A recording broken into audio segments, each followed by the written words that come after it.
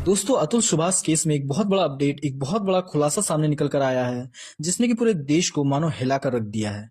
चाहे वो पॉलिटिशियंस हो, पुलिस ऑफिसर्स हो, कोर्ट जजेस हो या फिर एक आम इंसान, जिसने भी सुना सुनकर सन्न रह गया। एक ऐसा अहम सबूत जो शायद पहले मिल जाता तो आज अतुल हम सबके बीच जिंदा होता और वो लालची निकिता सिंघानिया सलाखों के पीछे सड़ रही होती। सब कुछ हम जानेंगे इस वीडियो में, पर दोस्तों उससे पहले उस बेचारे अतुल के लिए, जो शायद इस धरती पर नर्क से भी बदतर जिंदगी जी रहा था, एक बार उसके लिए कमेंट्स में we want justice for Atul Subhash जरूर लिखें। न जाने उसने कितनी मेहनत, कितने सेक्रीफाइसेस के बाद खुद को इतना काबिल बनाया कि वो एक ऐसे मुकाम पर पहुंचा कि एक एआई इंजीनियर के तौर पर देश को अपनी सेवा दे रहा था, जिसकी हमारे देश को बहुत ज्यादा जरूरत भी है। बड़े ही अफसोस के साथ कहना पड़ रहा है कि अब वो हमारे साथ नहीं रहा। पर अब पुलिस वालों के हाथों कुछ ऐसा सबूत लगा है जिसने कि उनकी वाइफ निकिता सिंघानिया और उसके घर वालों को पूरी तरह से एक्सपोज कर दिया है, उनके सारे काले करतूतों को उजागर कर उनका पर्दाफाश कर दिया है। तो क्या है वो खुलासा, उसे जानने से पहले हमें थोड़ा अतुल की बैक स्टोरी को अच्छे से समझना होगा। अतुल बिहार के समस्तीपुर जिले का रहने वाला था। वो बचपन से ही पढ़ाई में बहुत अच्छा था। उसने एआई टेक्नोलॉजी से अपनी इंजीनियरिंग की ग्रेजुएशन कंप्लीट की और बाद में उसकी बेंगलुरु के एक आईटी कंपनी में अच्छे खासे पोजीशन पे जॉब लग गई।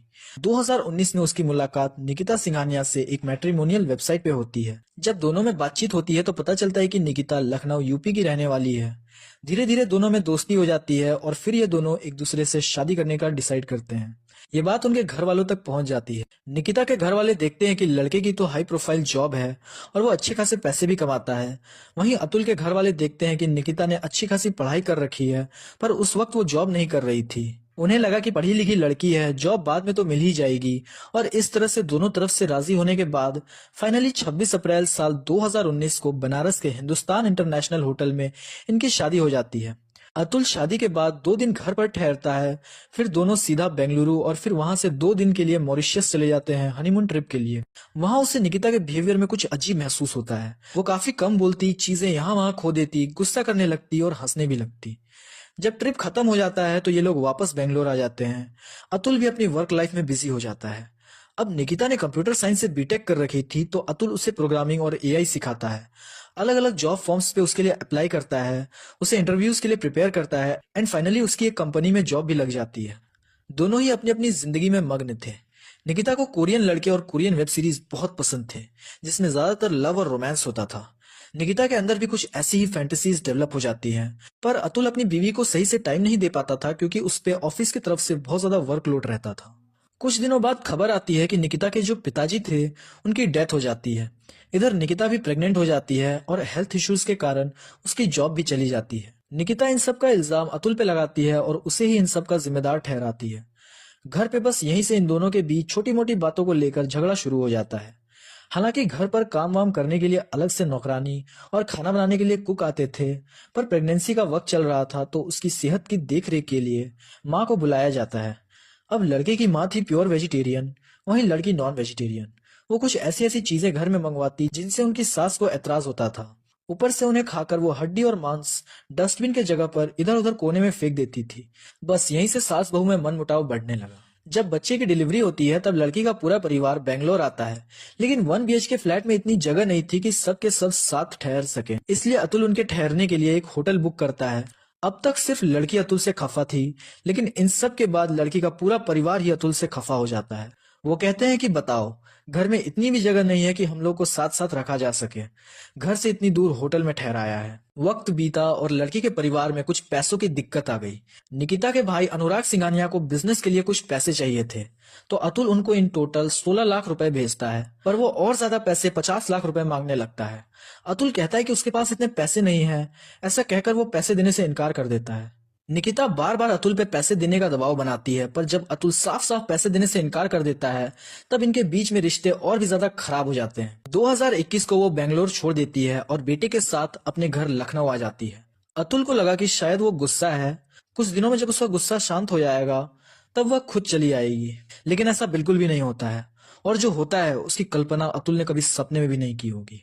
8 महीने बाद यानी कि 24 अप्रैल 2022 को निकिता जौनपुर के सरदार कोतवाली में अतुल और उसके घर वालों पर इन टोटल 9 केसेस पर मुकदमा दर्ज करती है, जिसमें आईपीसी धारा 302 मर्डर, जिसमें निकिता का ये कहना था कि अतुल और उसके घर वालों ने शादी के बाद उसके पिता से 10 लाख रुपए की डिमांड की, जिससे कि उनको गहरा आघात पहुंचा और उनकी मृत्यु हो गई। हालांकि बाद में जब एविडेंसेस जुटाए गए तो पता चला कि उनके पिताजी अक्सर बीमार रहते थे, उन्हें हार्ट की प्रॉब्लम थी और ब्लड क्लॉटिंग के कारण उनकी डेथ हुई थी। अगली धारा उनके ऊपर 377 अननेचुरल सेक्स का लगाया जाता है। हालांकि उन पे ऑफिस वर्क का इतना लोड रहता था कि नेचुरल सेक्स का टाइम ही नहीं मिल पाता था, तो अननेचुरल सेक्स तो दूर की बात, साथ ही उनकी वाइफ के कुछ ऐसी फैंटेसीज थी जो आप स्क्रीन पे पढ़ सकते हैं, जिनके साथ कोई भी पुरुष, आई डोंट नो, कोई भी कंफर्टेबल होता होगा।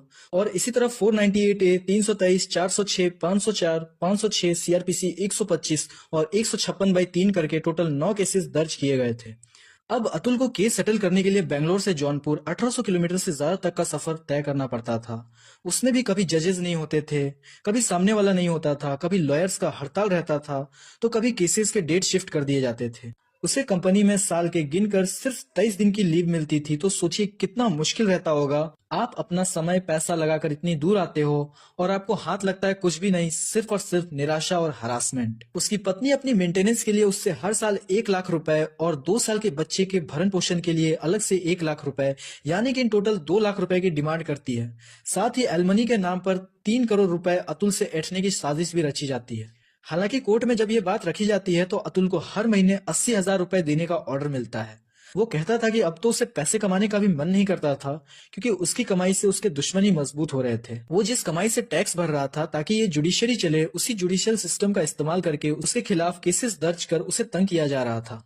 अतुल बहुत सारे जजेस से मिला, बात की, पर कहीं से भी बात नहीं बन रही थी। इन्हीं में वो एक जज रीता कौशिक का नाम लेता है, जिन्होंने उसकी जिंदगी में परेशानियां सुलझाने के बजाय और भी ज्यादा बढ़ा दी। दरअसल बात ऐसी थी कि एक दिन कोर्ट की पेशगी थी। उस वक्त वहां अतुल, उसकी वाइफ और प्रिंसिपल फैमिली कोर्ट जज रीता कौशिक, ये तीनों मौजूद थे। केस चल रहा होता है। अतुल बताता है कि कैसे उससे पहले 1 करोड़ से अब सीधा 3 करोड़ की डिमांड की जा रही है। इस पर जज कहती है कि तुम्हारे पास पैसे होंगे तभी तो वो मांग रही है। अब पत्नी अपने पति से नहीं मांगेगी तो किससे मांगेगी? ये सुनकर अतुल के पैरों तले जमीन खिसक गई। उसे विश्वास नहीं हो रहा था कि कोई जज ऐसा कैसे बोल सकता है। वह तुरंत ये बात कहता है कि मैडम, आपको पता नहीं, एनसीआरबी की रिपोर्ट कहती है कि हर साल झूठे केसेस लिखवाने के कारण कितने ही मर्द अपनी जान दे देते हैं।